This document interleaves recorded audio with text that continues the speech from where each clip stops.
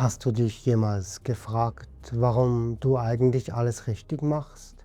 Dein Leben aber trotzdem wie eine einzige Baustelle aussieht? Du meditierst jeden Morgen treu auf deinem Kissen. Du hast deine Vision Boards mit den schönsten Träumen beklebt und sprichst deine Affirmationen so gläubig wie ein Gebet. Oder vielleicht kommst du aus einer ganz anderen traditionellen Richtung. Du faltest jeden Abend aufrichtig deine Hände, betest zu Gott und gehst sonntags in die Kirche.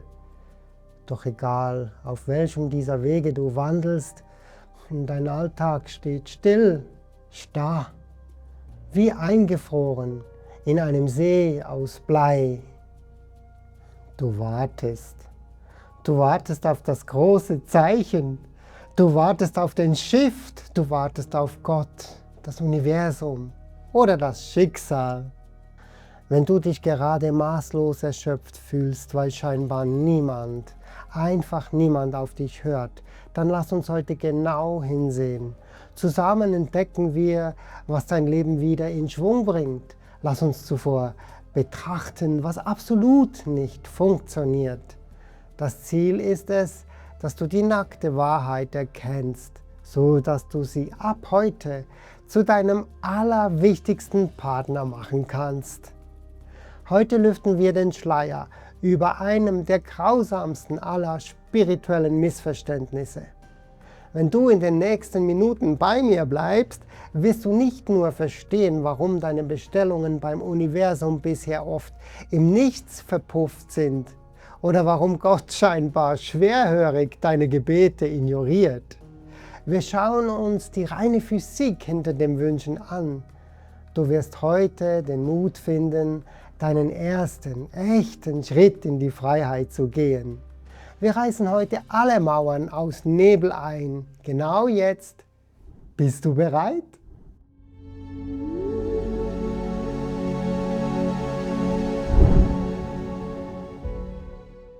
Hey, du schöner Mensch. Schön, dass du heute bei mir bist. Bevor wir den mystischen Schleier lüften, diese fiese Falle. Wenn du dich nach einem Ort sehnst, an dem wir die Dinge ungeschönt beim Namen nennen und du deine echte Lebensenergie zurückerobern willst, dann lass mir gerne ein Abo da. Hier bauen wir Brücken Schritt für Schritt zurück in deine wahre Kraft. Ich möchte dir heute eine Geschichte erzählen, die auf den ersten Blick weit weg von deinem Alltag scheint. Aber hör aufmerksam zu, vielleicht beschreibt sie in Wahrheit dein ganzes Leben. Es ist die Geschichte von Elena. Elena sitzt jeden Abend restlos erschöpft an ihrem kleinen Küchentisch. Sie hasst ihren Job. Ihr Chef ist chronisch respektlos und die Arbeit saugt sie regelrecht aus. Aber Elena hat eine Lösung gefunden. Sie verbringt jeden einzelnen Abend damit, in ihrem Geist eine vollkommen neue Realität zu bauen. Sie hat sich ein wunderschönes Vision Board gebastelt, voll mit strahlenden Bildern von einem friedlichen Büro und harmonischen Kollegen. Elena meditiert stundenlang über dieses neue Leben, das sie in eine glückliche Zukunft führen soll. Sie betet inbrünstig und spricht ihre Affirmationen, dass der Tag kommen möge, an dem das Universum ihr das klare Zeichen gibt und ihr den perfekten Traumjob einfach so vor die Füße legt. Aber weißt du, was das Mysterium ist? Das Tragische an dieser Geschichte. Elena hat in den vergangenen 2 Jahren nicht eine einzige Bewerbung geschrieben. Sie hat noch nie das klärende Gespräch mit ihrem Chef gesucht. Denn in Wahrheit bestehen all ihre spirituellen Brücken in die Zukunft nur aus Nebel. Sie sind reine Wolkenarchitektur. Sie sehen auf dem Vision Board wunderschön aus, aber sie tragen im echten Leben absolut kein Gewicht. Tja, Elena ist keine erhabene Schöpferin ihrer Realität. Sie ist eine Gefangene ihrer eigenen passiven Hoffnung. Warum landen so unfassbar viele wache, herzensgute Menschen in genau dieser unsichtbaren Falle? Weil wir im Laufe unserer Geschichte einem riesigen Irrtum aufgesessen sind. Wir haben Spiritualität und religiösen Glauben gänzlich unbewusst zu einer Art Passivitätsgarantie umgedeutet. Wir haben gelernt, dass Hingabe bedeutet, die Hände in die Schoß zu legen und darauf zu warten, dass wir bedient werden. Spür mal rein, ob du nun sonntags in der Kirchenbank sitzt und jammerst, Herr, erlöse mich von diesem Übel, oder ob du montags auf deinem Meditationskissen sitzt und flüsterst, liebes Universum, sende mir die Fülle. Es ist exakt der gleiche Mechanismus. Du hast unbewusst das Lenkrad deines Lebens an der Garderobe abgegeben. Du hast dich auf den Beifahrersitz gesetzt, in der festen Hoffnung, dass ein göttlicher Chauffeur dich an dein Ziel bringt. Währenddessen machst du ein spirituelles Nickerchen. Aber Klartext. Das Universum ist kein Pizzabote und Gott ist kein Kellner, der nur darauf wartet, deine täglichen Wunschzettel abzuarbeiten. Wenn du glaubst, dass deine Frömmigkeit, deine Gebete oder deine ach so hohe Schwingung dich vom ganz realen irdischen Handeln freikaufen können, dann lebst du nicht in der Spiritualität. Dann lebst du in einer gefährlichen Traumwelt, die dich Tag für Tag deine Schöpferkraft kostet. Weißt du, ständiges Visualisieren und krampfhaftes Fantasieren beanspruchen deinen Verstand gewaltig.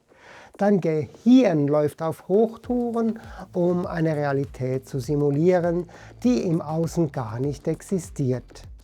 Das macht unfassbar müde.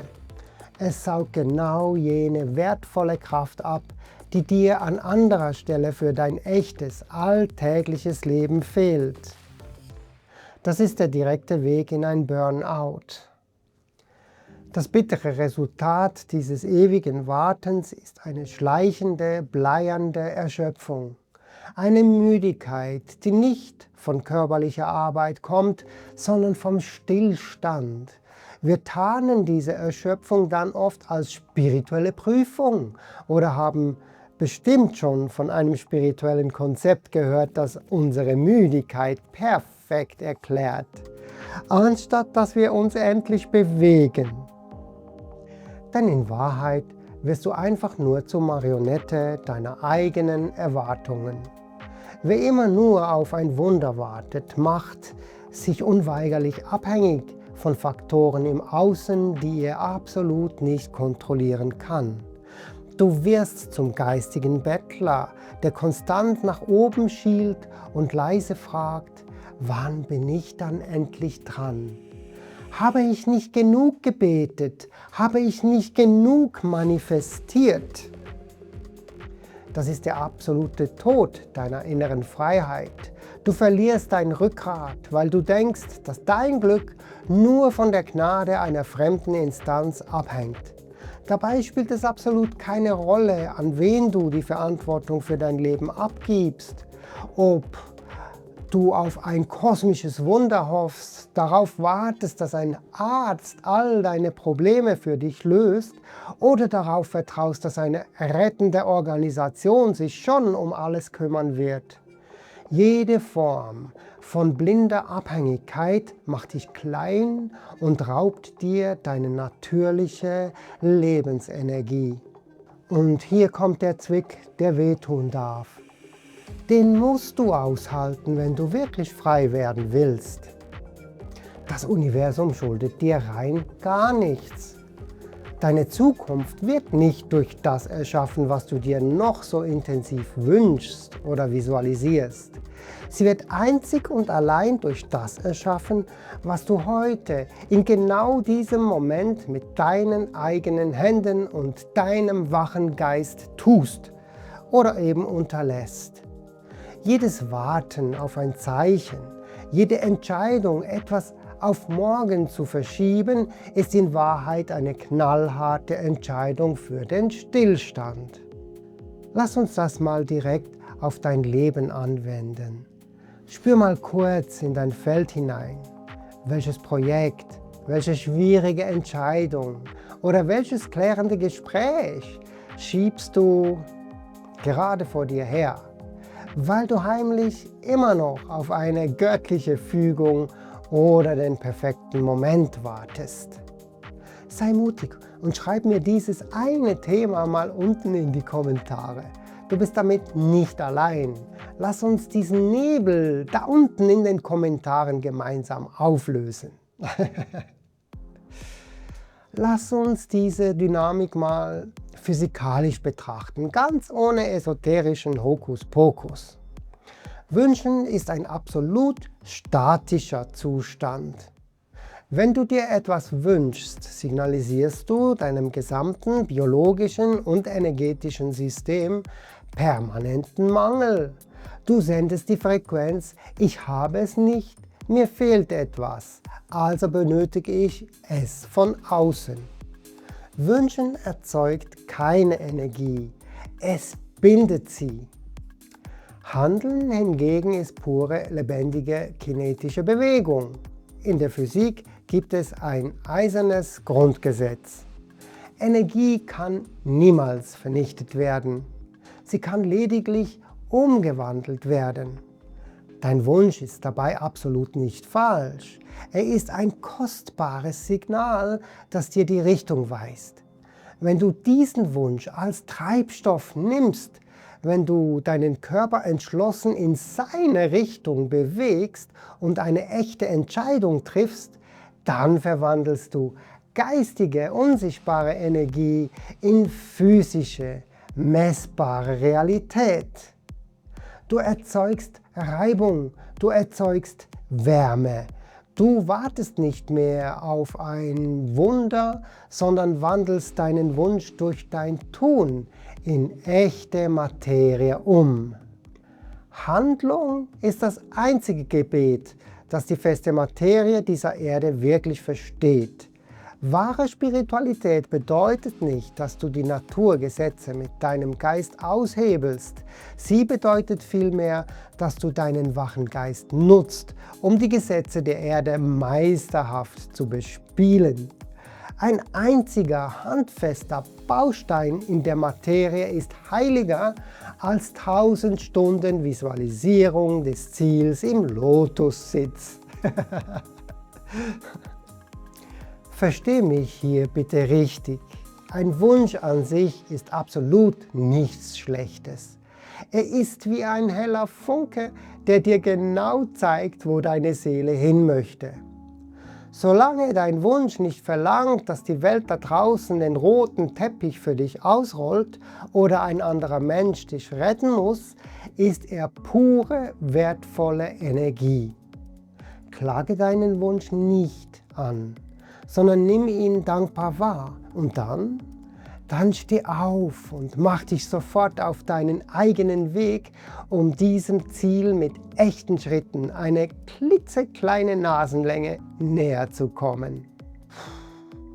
Ich erzähle dir das alles nicht aus der kühlen Distanz eines Lehrbuchs. Ich kenne diesen Sumpf der spirituellen Manipulation von innen. Früh lernte ich zu glauben, da unsere Familie sehr christlich geprägt war. Seit meiner tiefsten Kindheit war ich der ungekrönte König der Wartenden und Hoffenden. Jeden Abend lag ich im Dunkeln in meinem Bett, faltete die Hände fest zusammen und erzählte Gott ganz genau, was ich alles brauche, um endlich erlöst und glücklich zu sein. Und dann wartete ich. Wenn sich im Außen nichts veränderte, Wenn der ersehnte Wunsch nicht einfach wundersam ins Zimmer regnete, fand ich sofort eine fromme Ausrede. Ich redete mir ein, ich bin wohl einfach noch nicht reif genug oder die anderen Leute sind noch nicht so weit. Also wartete ich wieder. Ich kam absolut nicht ins Tun. Schlimmer noch, ich dachte ernsthaft, wenn mein Wunsch nicht auf wundersame Weise vom Himmel fällt, wäre ich dessen schlichtweg nicht würdig. Dieses ewige Hoffen ins Leere zermürbt die Seele. Es fühlt sich an, als läge ein tonnenschwerer Stein auf meiner Brust. Ich weiß also haargenau, wie weh dieser Zustand tut. Der monumentale Wendepunkt kam vor dem Badezimmerspiegel. Da stand kein demütiger Bettsteller mehr. Da stand ein zutiefst erschöpfter Mann, der seine Lebenszeit damit verschwendet hatte, stumm auf ein Wunder zu warten, während das echte Leben eiskalt an ihm vorbeizog. In diesem Moment ist etwas in mir zerbrochen, und zwar diese passive, falsche Frömmigkeit. Ich habe das spirituelle Kopfkissen in die Ecke gefeuert. Ich habe das Warten gestoppt und angefangen zu konstruieren. Ich habe mir die Nächte um die Ohren geschlagen und mein Leben selbst in die Hand genommen. Ich habe gelernt, wie man programmiert, wie man Videos schneidet, wie man schreibt. Ich habe das raue, irdische Handwerk gemeistert. Und weißt du was? In dem Moment, als ich den allerersten echten Baustein setzte, passierte das eigentliche Wunder. Es war nicht so, dass plötzlich Tausende von Menschen mein Portal stürmten. Nein, im Außen war es am Anfang vielleicht sogar noch immer still. Aber in mir drinnen, da brach ein Vulkan der Lebensfreude aus. Die lähmende Erschöpfung des ewigen Wartens war wie weggeblasen. Ich spürte plötzlich eine tiefe, pulsierende Liebe zu genau diesem Schöpfungsprozess. Das Schreiben, das Aufbauen, das Sichtbarwerden, das Erschaffen selbst wurde zu meiner allergrößten Quelle der Lebensenergie.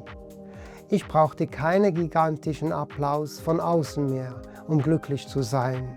Das nackte Tun, die reine Selbstwirksamkeit, das war mein wahrer Sieg. Was ist also dein Ausweg aus dieser Warteschleife? Wie verlässt du die Wolkenarchitektur? Es sind 3 glasklare Schritte. Erstens, zerreiß den Wunschzettel. Gott ist kein Chauffeur. Das Universum ist kein Wunschkonzert. Nimm deine Verantwortung wieder zu dir zurück. Zweitens, hinterfrage dein Handeln.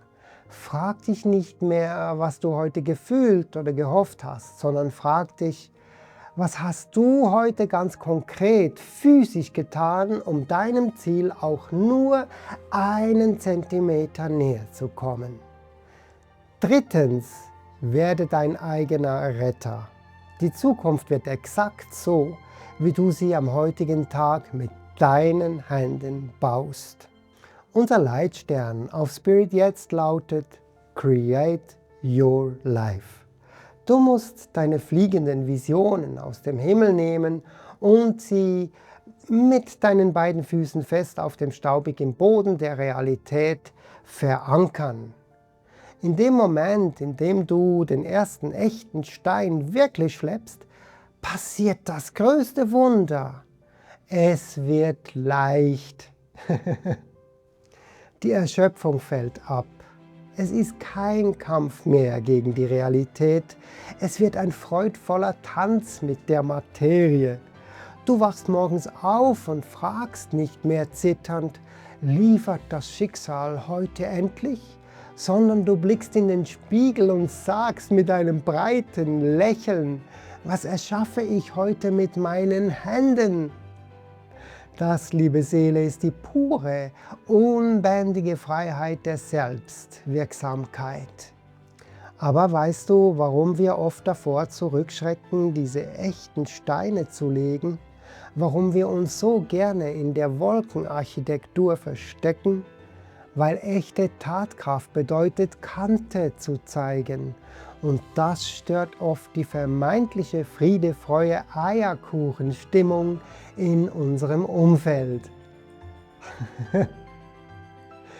Wenn du wissen willst, warum unsere Sucht nach ständiger Nettigkeit oft die allergrößte Blockade für unser wahres Schöpfertum ist, dann schau dir jetzt unbedingt mein Video über das Harmoniemonster an. Das schließt exakt hier an und wird dir die Augen öffnen. Klicke einfach hier oben auf die Einblendung oder bleib noch kurz dran bis zum Abspann. Wir sehen uns direkt drüben im nächsten Video. Ich freue mich auf dich.